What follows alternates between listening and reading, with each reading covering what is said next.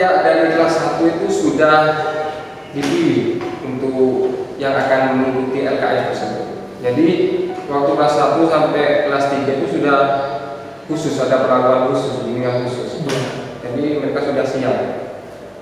Sebenarnya semua jurusan di SMK 1 Praksan inginnya seperti itu sejauh yang saya tahu. Tapi kendalanya tentu input dari sekolah kita beda dengan sekolah yang ada di perkotaan besar. Itu yang pertama, jelas kognitifnya beda. Yang kedua, jumlah jam mengajar kita, guru-guru yang seperti kami di akuntansi sudah penuh untuk kegiatan mengajar, sehingga untuk memberikan waktu luang mengajar mapel atau materi khusus olimpiade itu kesusahan kalau tidak dibantu guru dari luar.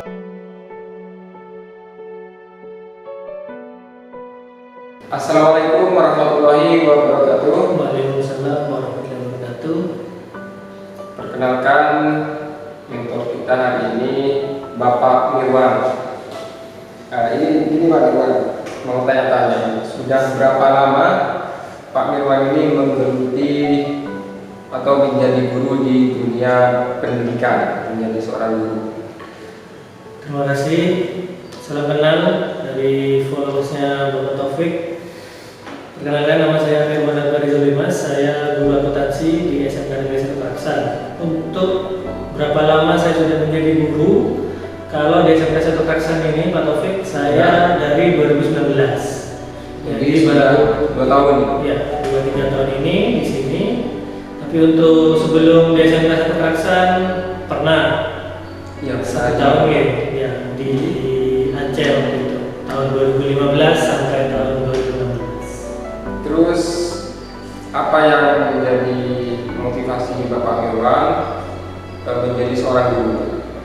Kalau motivasi tentu dulu karena saya dulu ya sebelum saya menjadi guru, karena ingin nanti guru itu ada yang perhatian sama anak-anak. Karena saya dulu basicnya dari anak organisasi, jadi dulu susah izin ke guru untuk keluar dari pramuka, PMR ataupun bola voli dulu susah. Jadi saya dulu ketika ingin jadi guru itu motivasinya ingin jadi guru yang memudahkan anak-anak untuk berkembang. Kalau untuk sekarang tentu setelah saya perjalanan waktu ingin ketika menjadi guru kelak menjadi amal kebaikan saya ketika meninggal. Insya Allah seperti itu sekarang. Ya. Terus apa saja permasalahan yang dihadapi Bapak Mirwan selama menjadi seorang guru?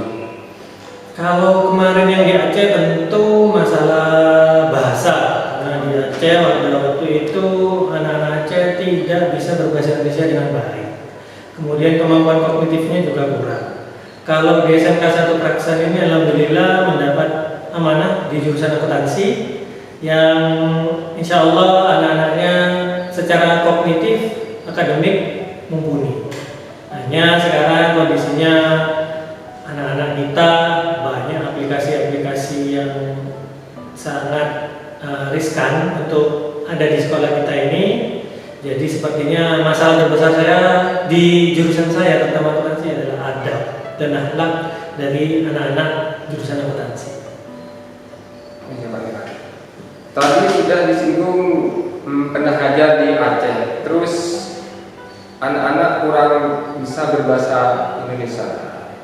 Kalau boleh saya tahu, anak-anak di sana itu menggunakan bahasa apa? Kalau sehari-hari dari kelas anak-anak Aceh itu bahasanya Aceh. Bahasa Aceh. Kemudian yang bisa bahasa Indonesia dengan baik itu di satu kelas hanya 1-2 orang. Terutama ketua kelas itu kemungkinan besar bisa bahasa Indonesia. Selain ketua kelas, hampir 90% dia tidak bisa bahasa Indonesia. Itu SD apa SMP Pak? Ketika itu saya mengajar di SMP Negeri 4 Banjarbaru. Apakah waktu SD itu tidak diwajibkan untuk mengenal bahasa Indonesia dengan baik? Saya kira tetap ada pengenalan dari guru sekolah dasar, karena saya juga di sebuah desa yang SD-nya dekat dengan SMP saya, itu ya, gurunya yang saya kenal berbahasa Indonesia. Mungkin karena dulu masih terlibat konflik dengan pemerintahan kita, mungkin bisa dicari di internet ada. Itu mereka masih merasa suku yang merdeka. Jadi bahasa Aceh stratanya masih di atas bahasa Indonesia. Jadi itu permasalahannya, Pak. Iya. Jadi mereka itu menganggap bahasa daerah itu sama dengan bahasa Iya, Indonesia. lebih tinggi malah di bahasa Indonesia. Lebih tinggi. Iya. Terus setelah pindah dari Aceh ini, Pak, berapa tahun? Saya di Aceh 2016, kemudian melanjutkan kuliah kembali dan alhamdulillah diterima di SMK ini 2019. Jadi dari Aceh ke SMK 1 itu ada jeda waktu 3 tahun. Selama 3 tahun itu apa aktivitasnya, Pak? Kuliah Saya lanjut kuliah setahun di Makassar waktu itu, kemudian berhenti setelah selesai kuliah di Probolinggo mencari kerja waktu itu.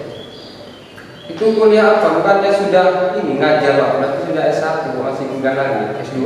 Waktu itu kami mengikuti program sarjana mendidik dari daerah terluar, tertinggal dan terpencil ya. Program dari Pak Nur waktu itu Menteri Pendidikan. Kami mengajar selama 1 tahun dan setelah 1 tahun itu kami mendapatkan beasiswa.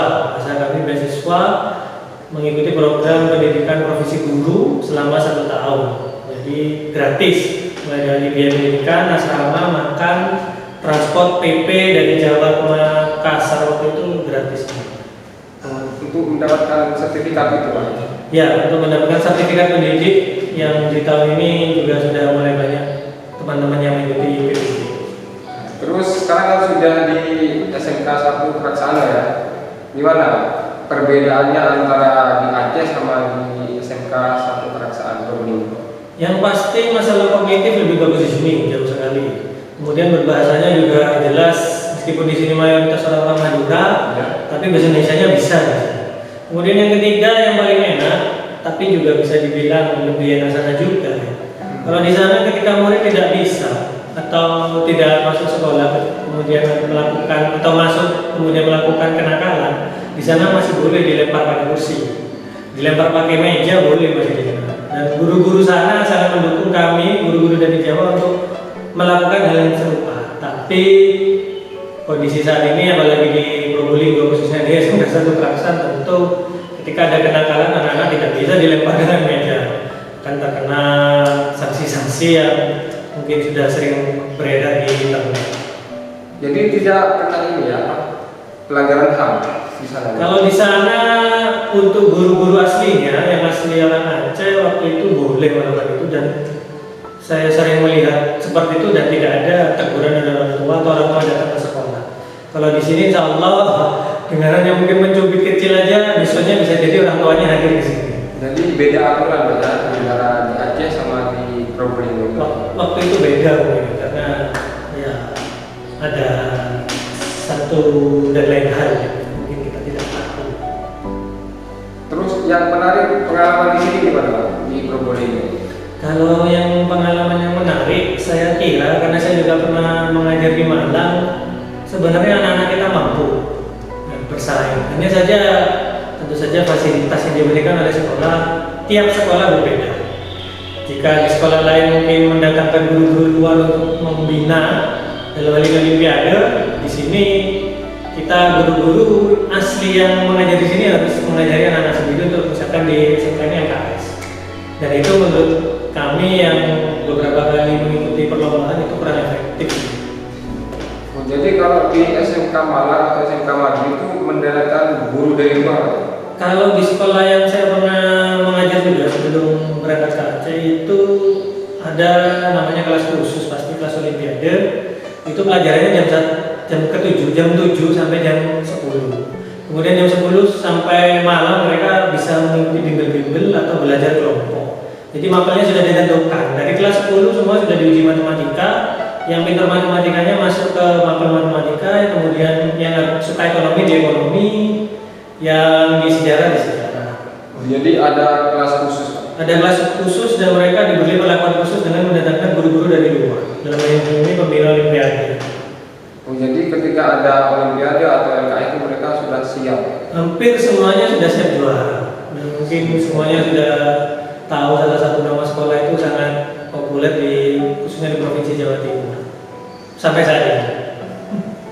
Tentunya tiap sekolah kan beda, Pak ya. Untuk mengatasi problem seperti itu gimana, Pak, caranya? Kalau yang saya setelah setelah mengikuti di sekolah tersebut dan di sini, yang saya lihat tentu dukungan finansial ya, terutama dana, karena membayar guru-guru pembina Olimpiade itu tidak murah, cukup mahal. Tapi yang ada di sana jelas tentu punya unit usaha, yang mungkin di SMK 1 Keraksaan ada, hanya mungkin belum maksimal. Jadi di sana itu punya hotel, punya laundry, punya travel, punya market seperti Alfamart dan Indomaret itu besar sekali. Sehingga sepengetahuan saya tidak menggunakan dana dari pemerintah. Jadi murni dari pengelolaan keuangan bisnis di sekolah itu bisa untuk mendatangkan pembina-pembina Olimpiade. Jadi sekolah tersebut sudah punya bisnis center yang sudah Besar, banyak sekali. Dan itu omsetnya sudah ini ya, bisa menopang semua aktivitas tersebut. Ya. Bahkan pada waktu itu kami di tahun 2013 itu gaji pertemuan selama 90 menit itu sudah 50.000. Itu waktu itu di bimbel-bimbel ya per jam, per 90 menit. Di bimbel-bimbel di Malang pada waktu itu guru-guru masih 35.000. Waktu itu kami sudah 50.000 dan bebas. Anak-anak itu satu mapel, misalkan dulu ekonomi atau sejarah, satu kelompok anak itu ada 3 orang. Itu pengajarnya ada 3 sampai 4 orang. Jadi pengajar matematika itu ada 4, pengajar sejarah itu ada 3, geografi itu 2, ekonomi itu 3 waktu itu. Sehingga ketika satunya tidak bisa, yang satunya akan mengajar. Jadi pembina Olimpiadenya juga banyak, bisa bergantian. Jadi banyak ilmu ya dari masing-masing guru ya, saling mengisi ya. Waktu itu alhamdulillah, mungkin juga bukan mungkin, karena memang sekolah itu di salah satu kota terbesar di Jawa Timur yang notabene dekat dengan kampus pendidikan ataupun kampus-kampus yang non pendidikan juga bisa alumninya berkuliah, kemudian ketika kuliah mereka diminta ngajar. Jadi kalau di Probolinggo ini kampus yang dunia pendidikan terbatas. Itu sekolah negeri apa swasta? Negeri waktu itu kan saya di sekolah. Tapi sudah bisa seperti itu kan? Iya, 2013 sampai 2015 saya di sekolah. Untuk yang di SMK 1 ini apa Pak? SMK 1 Keraksaan? Kami bersama dengan Kaproli waktu itu, bersama juga dengan senior di jurusan akuntansi mencoba. Tidak sama perlakuannya karena tentu keterbatasan dana. Alhamdulillah masih ada prestasi yang dihasilkan, tapi tentu ketika menghadapi lawan-lawan yang dipersiapkan dengan matang dan kami yang persiapan apa adanya, kadang bisa juara, kadang juga kalah, dan seringnya kalah. Kenapa tidak dari kelas 1 itu sudah dipilih untuk yang akan mengikuti LKM tersebut? Jadi waktu kelas 1 sampai kelas 3 itu sudah khusus, ada perlakuan khusus, bimbingan khusus. Ya. Jadi mereka sudah siap. Sebenarnya semua jurusan di SMK 1 Keraksaan inginnya seperti itu sejauh yang saya tahu. Tapi kendalanya tentu input dari sekolah kita beda dengan sekolah yang ada di perkotaan besar. Itu yang pertama, jelas kognitifnya beda. Yang kedua, jumlah jam mengajar kita, guru-guru yang seperti kami di akuntansi sudah penuh untuk kegiatan mengajar, sehingga untuk memberikan waktu luang mengajar mapel atau materi khusus Olimpiade itu kesusahan kalau tidak dibantu guru dari luar. Kemudian untuk yang dari kelas 10 kami juga, menurut saya pribadi, tidak ada tes matematika yang harus diberikan kepada anak-anak. Siapa yang matematikanya unggul, biasanya ketika belajar materi atau mengerjakan soal itu dia lebih bisa tahan. Kalau matematikanya kurang, biasanya mungkin dia pintar di seni atau olahraga, itu biasanya tidak tahan mengerjakan soal. Kenapa tidak dilakukan tes ya waktu PBDB awal itu diseleksi terlebih dahulu untuk misalkan matematikanya, kan kita bisa mengetahui anak tersebut mampu atau tidak. Waktu itu kami coba sudah mengusulkan, mungkin dari atasan-atasan mempunyai pemikiran lain, sehingga yang sejauh yang saya tahu biasanya dipersiapkan di kelas 11. Dan bagi saya yang sudah pernah di sekolah, mohon maaf ya, mungkin penderilan pemberian materi yang sudah dari kelas 10 ya masih kalah. Di kelas 11 ini ketika masuk perlombaan juga tidak siap. Bahkan mungkin materinya sudah siap, sudah oke 100%, tapi mental. Ketika datang bertemu dengan seragam sekolah lain dan takut, nah itu tidak mentalnya aja. Kalau di sekolah saya yang sebelumnya itu, mereka sudah terbiasa menghadapi perlombaan offline dengan melihat seragam sekolah lain sudah biasa. Ketika kelas 10 sudah biasa, kelas 11 apalagi. Di sini tuh. Kenapa tidak dijadikan sebuah ekstra dari kelas 10 sehingga anak-anak itu sudah terbiasa untuk menghadapi perlombaan tersebut? Ya, kendalanya klasik ya. Kami guru akuntansi mengajar dari jam 7 sampai jam 3. Maka kalau ekstrakurikuler jelas setelah jam 3 misalnya. Ya, Jam 3 kami pulang. Nah, makanya kenapa di sekolah lain kan bisa itu Pak, untuk ekstra itu kan bisa mendatangkan pembina dari luar, pelatih dari luar. kemarin kami sudah coba usulkan. Yang kendala pertama tentu dana. Yang kedua di sini tidak ada kampus yang anak mahasiswa S1-nya misal jurusan kami akuntansi, pendidikan akuntansi. Nah, mungkin kalau di Malang, Surabaya, Jember ada. Nah, untuk mengajar ke sini kan kesusahan. Rata-rata di sini jurusan untuk keguruannya hanya ada PGSD, setahu saya sama PPKN. Kenapa ini Pak tidak punya inisiatif sendiri ya untuk mengajar anak tersebut atau dipilih sendiri sukarela ya, sukarela. Kalau sukarela sementara ini ada Mas. Dari guru akuntansi kami sudah membentuk tim ada. Hanya itu tadi hasilnya tidak maksimal. Kemudian juga kalau jam pulang sekolah itu anak-anak sudah pasti inginnya pulang, dan di sini rata-rata anak-anak mohon maaf bukan menyindir, anak-anak desa yang kalau pulang malam-malam itu dimarahi. Sedangkan sekolah kami yang dulu itu jam 10 pagi sudah mereka bisa di-drill, pulang sekolah bisa istirahat. Jadi kendalanya masih kendala klasik Pak. Iya, bukan mungkin di semua sekolah yang negeri mungkin. Mungkin suatu saat sekolah kita ini bisa lah seperti sekolah Muhammadiyah lainnya. Harapannya begitu Pak. Iya, harapannya bahwa sebenarnya kalau boleh dibilang saya mengajar di sekolah itu sama, anaknya nggak bisa sama sekali waktu itu di sekolah itu. Ya treatment yang beda, Pak. Mendatangkan guru pembina Olimpiade dari luar, kemudian motivasi dari guru-guru internal sekolah itu beda. Dan itu setiap hari atau setiap minggu ada pelatihan. Itu beda jelas hasilnya dengan yang mungkin sebulan sekali, sebulan dua kali. Jadi itu sangat berpengaruh ya untuk ketahanan mental anak tersebut. Ya, dan kalau boleh saya membocorkan, mereka 3 bulan sebelum perlombaan pasti mendatangkan lembaga bimbel, Mas. Lembaga bimbel itu dari Jogja atau dari Batu malah. Seminggu, 2 minggu sebelum perlombaan mereka akan mendatangkan dosen.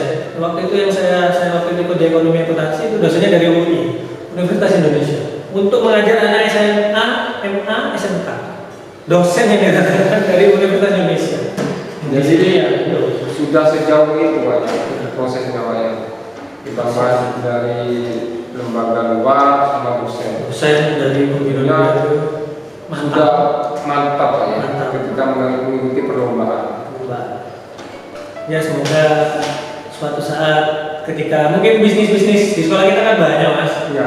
Ada bisnis center, kemudian ada unit persewaan yang kami harapkan juga mendapatkan omset yang besar, sekaligus untuk pembinaan dari semua jurusan mungkin, dan juga untuk kemakmuran guru-gurunya juga boleh kalau dari bisnis yang ada di sekolah. Harapannya begitu Pak ya. Iya, itu harapan saya. Ya, terima kasih Pak Irwan. Mungkin cukup informasi yang diberikan oleh Pak Irwan, semoga bermanfaat dan apa yang kita harapkan ke depan ini sesuai harapan kita ya, sehingga sekolah kita lebih maju, siswanya juga berpotensi. Nah, itu Pak ya. Siap.